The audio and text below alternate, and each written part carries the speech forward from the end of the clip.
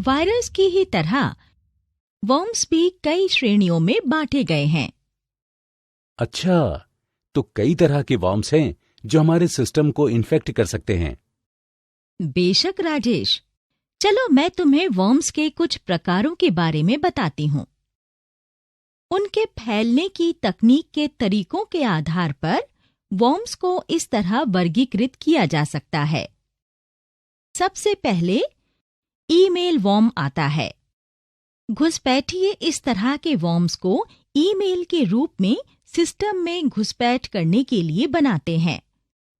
वो बेकसूर उपयोगकर्ताओं को आकर्षक वस्तुओं की पेशकश करते हैं जो उन ईमेल्स को खोल देते हैं, देखने के लिए कि उनके लिए क्या है उसमें। उसके बाद ये वर्म्स उनके सिस्टम को ठिकाना बना लेते हैं और प्रोग्राम्स को निष्क्रिय या डेटा चोरी कर लेते हैं। ईमेल वर्म्स साधारण दिखने वाली ईमेल्स में दुर्भावनापूर्ण एग्जीक्यूटेबल फाइल्स के अटैचमेंट के रूप में फैलती हैं। उसके बाद ईमेल वर्म इन्फेक्टेड सिस्टम पर दबाव देता है कि वर्म को उपयोगकर्ता के संपर्क सूची में शामिल ईमेल एड्रेसेस पर भेज दे, और जब प्राप्तकर्ता इन ईमेल्स को खोलता है तो ये उस सिस्टम को भी इन्फेक्ट कर देते हैं। सिस्टम में सक्रिय होने के बाद ये मालवेयर स्वयं को माइक्रोसॉफ्ट आउटलुक में दर्ज सभी संपर्क तक पहुंचा लेता है। कहा जाता था कि वर्म को उपयोगकर्ता के सहभागिता की जरूरत थी, पर असली बात तो ये थी कि वर्म डेस्कटॉप कंप्यूटर्स के सामान्य संचालन के दौरान ही फैल गया था, पीड़ित की बिना जानकारी के।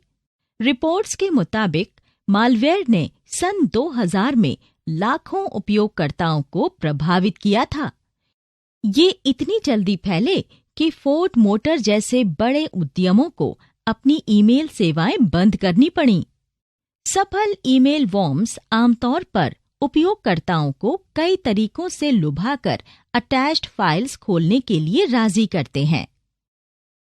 अभी हाल ही में एक प्रोग्राम आई लव यू खूब चला था, तुमने इसके बारे में जरूर सुना होगा।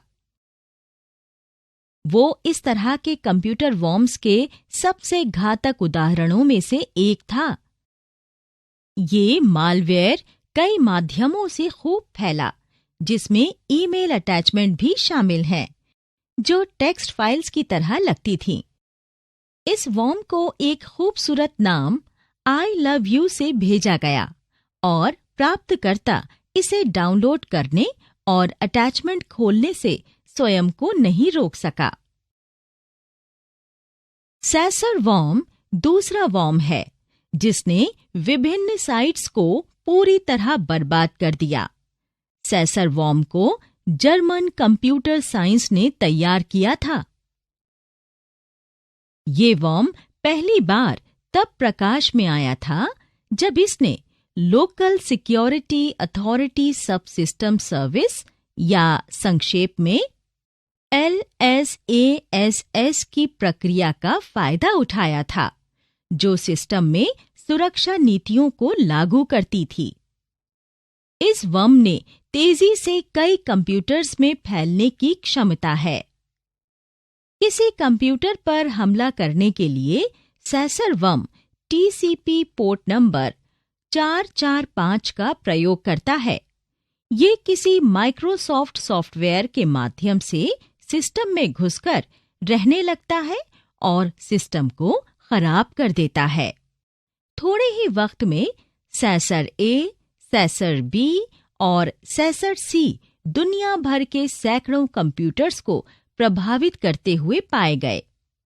वर्म परिवार का W32 सैसर विंडोज 95, 98 और MEOSS वाले कंप्यूटर्स पर भी काम करता है।